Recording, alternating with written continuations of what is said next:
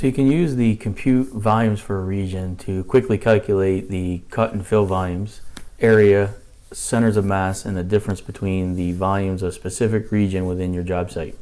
So it's going to give you a quick snapshot here. So on the Site Mass All tab, you'll find this command called region volume.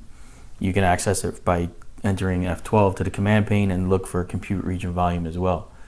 You're going to need a cut fill map, and you want to have your surfaces built so that there's no warnings that they need to be rebuilt.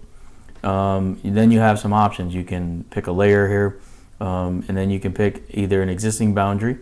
You can report all the values or exclude areas, center of mass, or areas and center of mass. Then you can choose whether you want to have the boundary expand or trim, so you can adjust that particular setting, as well as put in a name. So if I was to put in a name that this is just a field that I'm looking for,